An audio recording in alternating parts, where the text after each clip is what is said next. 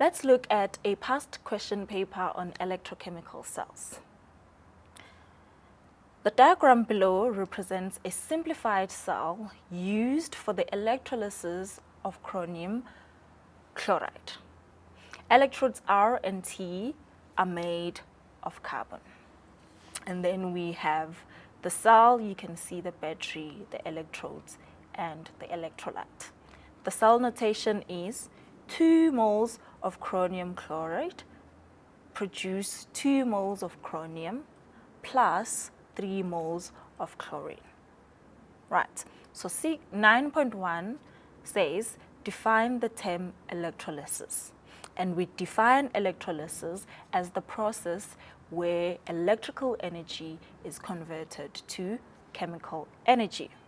Right, 9.2. The graph below, not drawn to scale, represents the changes in the mass of electrode T during electrolysis. Now let's look at the graph. So on the graph, you can see that on the y-axis, we are given the changes in mass of electrode T in grams. And then on the x-axis, you are given time in hours. Right? So you can see from the graph that electrode T starts with the mass of 2,2 grams and it keeps increasing exponentially to X. Then 9.2.1 says write down the half reaction that takes place at electrode T. So from the graph, we can deduce that T is gaining electrons. How do we know this? Because the mass of electrode T increases, right? So we can say that at electrode C, reduction is taking place, right? So from looking at the cell notation, we can then say that for 9.2.1, the half reaction that is going to take place at C is reduction.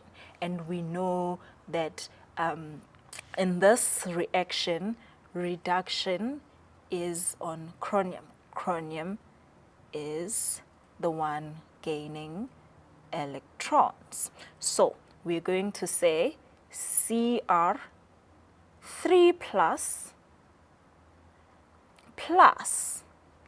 electrons gives us Cr.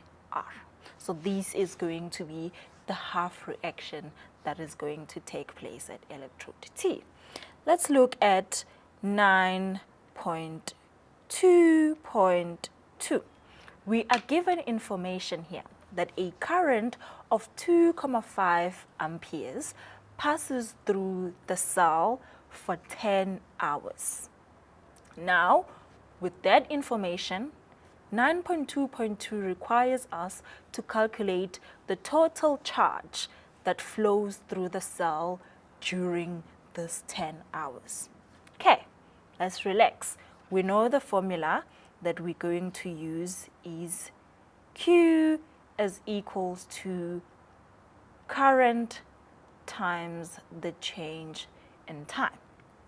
And then we're going to say, what is the current? We are given current to be 2,5 amperes, and then we are given time in hours. So we're just going to say 10 times 60 times 60.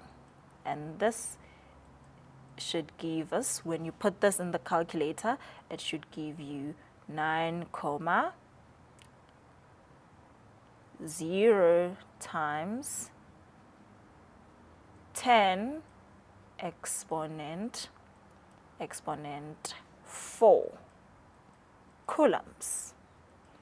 So that is it for question 9.2.2.